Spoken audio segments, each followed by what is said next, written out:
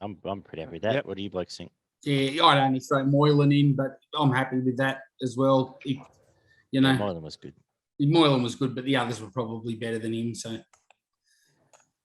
26-12, Penrith won the grand final rematch. They confirmed they could beat South with Latrell, contrary to many South fans' beliefs. What did the end? Geez, they've got a good backline these days. It's almost like they. You're not wrong. It looks like they've actually producing. strengthened their backline. Looks scary. If they haven't strengthened it, they're another team giving their talented players good enough clean service that they can. Some of these young kids look like some serious footballers. But do your stats, man, and we'll get 5 tries to 2, 2 out of 5 conversions played, 2 out of 2 for Souths, and 1 out of 1 penalty attempts for Penrith. 85% completion for the Panthers, 65% for Souths. 36 out of 42 sets played, 26 out of 40. 450 plus running meters for the Panthers, 4 line breaks to 6, 18 tackle busts to Penrith, and 40 to Souths. 11 offloads to 9, 2 forced dropouts for both teams. 0 40-20s, 334 tackles made by Penrith, 401 made by Souths. 3 ruck infringements to 2, 0 inside the 10s. 5 penalties conceded by Penrith, 7 by South Sydney. 6 errors to 14. Coruscant made 49 tackles, Cook with 61. Dylan Edwards with 289 metres and Alex Johnson with 172. Cleary missed 6 tackles and made 13. Appy missed 7 and made 49.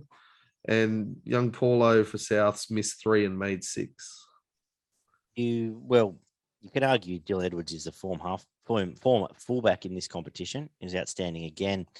And doesn't make mistakes. Just clinical. I just don't think words describe clinical. Edwards is in the right place at the right time. His defense was really good, I thought, the other day. Yeah. Cleary's return was fine. I think 500 odd kicking meters, did what he had to do. Lua looked sharp till he potentially tweaked a knee, but it seems like that's all fine. They look like a good football team. They look like the Premiers. What can I say? But their backline is just fun to watch. Tago's a superstar. We may have mentioned that once or twice. Taylor May will be in first grade when Tuo comes back. I'm pretty certain that's going to happen now. But even young Charlie Staines was all right there. So, yeah, they're all producing, and that's about mentioning Stephen Crichton, who is on the other side. So they've got firepower all over the field. Souths, what can I even say? Cam Murray tried really hard, as did Colin Matungi, but they got, and Campbell Graham actually was pretty good. And they played right a little bit more than they have been the last few weeks. So, Campbell Graham, I did say that, didn't I? Yeah, you did. So that brought him into the game, but they're just a level below. They're about to go on a hot streak because they're about to play all terrible teams for the next 6 weeks. But Penrith are good. What can I say? I'm just trying to think of a better way to describe it. Ollie. I've said it last week, they are quite simply at least one level above every other team in the competition at the moment. Like, it's just crazy how they produce not even Isaac Tago, who we were sort of talking a little bit about in the preseason, that he could have a big year coming through, but Taylor May now, who didn't even start the year in first grade, and I'm sure we said it last week, there's probably so many other players in their system who are going to be superstars one day. But yeah, for me, definitely Dylan Edwards would have had to be the standout. He somehow didn't get 3 Dally M points, but hey, that's why we've got our own system. I also think, thinking about it, comparing him to a Tom Trbojevic or a James Tedesco, 2 players who are, consistently put above him, and Edwards for a while now, a lot of people say he's been underrated. I'd say just about he is the best fullback in the competition in terms of the system he fits into, in a way. 100%. He just fits into that Penrith system perfectly, whereas it's not to say that Tedesco and Trbojevic don't fit in at their respective clubs, but they have to do a lot more work than a Dylan Edwards, where he can sort of just play his role to perfection. There aren't many negatives in his game. He just, it's like him in Penrith system is like peas in a pod. And at the moment, he would have to be the form fullback in the competition. I had a quick think about it. Literally no one comes close right now, I don't think. Happy's just getting warmed up, but yes. Yeah.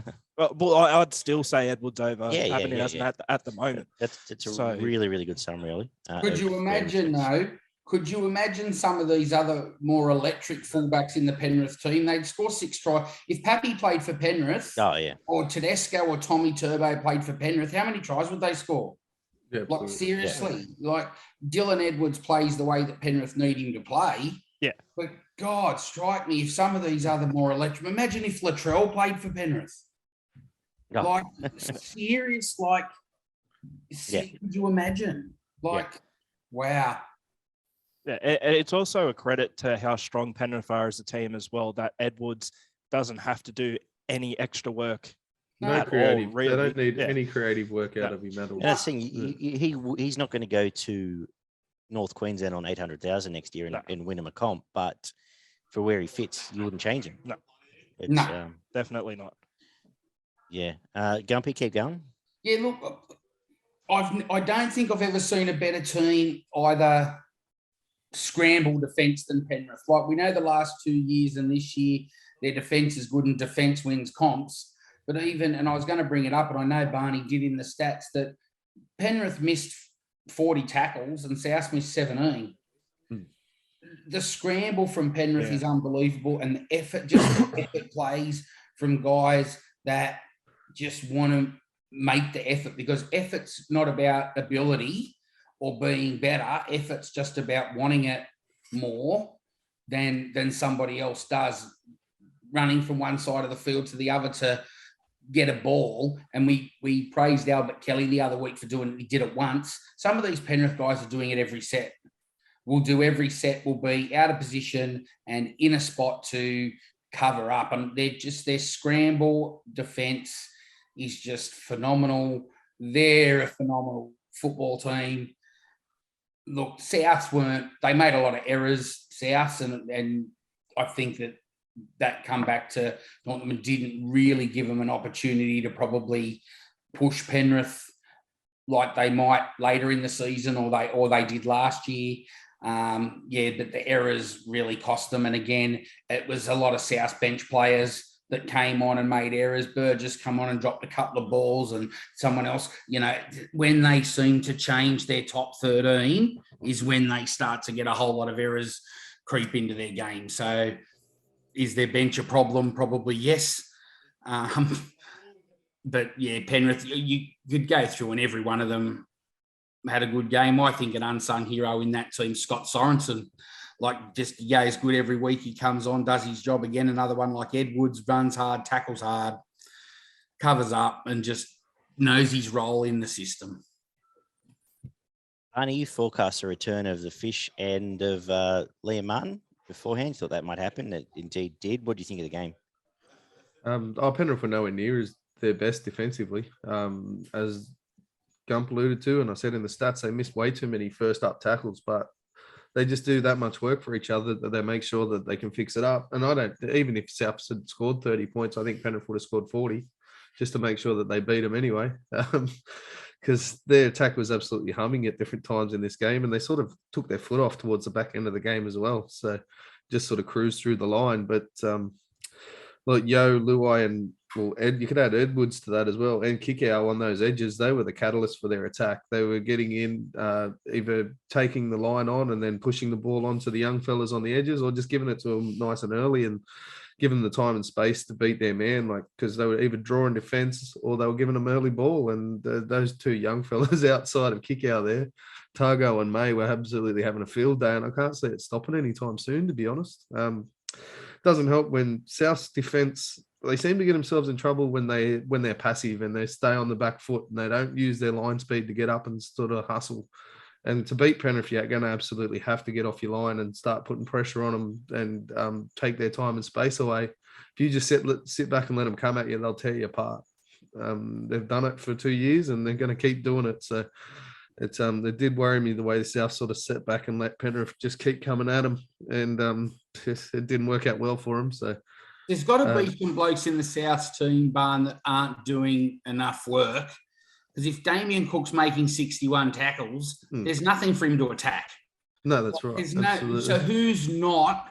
And then you got Murray and Arrow who are making 40 tackles apiece as well. So it's leaving the rest of them that probably aren't pulling their weight in terms of defence, because you don't want Damien Cook making 60 tackles. No, absolutely not. But if you want to have a quick look at it, you're looking at blokes like, excuse me, Ilias made 16, Paulo only made 6. The centres made 12 tackles between them. Like they're not getting in off their line to, shut down that defense. Jacob Host, the middle's made 25 to 30, but when you got other blokes making 55 and 60, it's you're not sharing the load around at all. And their bench had little to no impact again, as you mentioned. They seem to cause more problems than anything else. But Souths realistically have to be pretty close to their best to beat anyone that's in and around that top 6. I think at the moment, to me, they're looking more and more like a team that's going to run 7th or 8th at the end of the season. Then they are going to go to the top 4. So. All I'll say about that is they're about to have 7 weeks in a row where they play some worse teams. Yeah, don't be surprised if they lose a few of those, though. Yeah. Just to that point, interestingly, that's sort of been South the past couple of years. I've noticed that they go through stretches. I think Buzz cracks out the stat that they haven't been a top 4 team in like 3 years or something. But they do. It was around this time last year, because I think you brought it up as well. Last year there was a period where they were just about to go on a run of just the worst teams in the comp. Yeah, and then they should have lost to the Bulldogs. Should have lost to the Tigers that week as yeah. They had a couple of anyway. Yeah. But yeah, they won. So. Yes, they did. Edwards 3. I had May 2, and I'm happy to give Yo 1 or give someone else like one of their backline players. I had 5 or 6 blokes all in line for that 1 point. And I had Yo, Kickout, Cook, Murray, Luai, take your pick, Targo. There were so many of them that deserved that 1, but Yo definitely didn't deserve 3.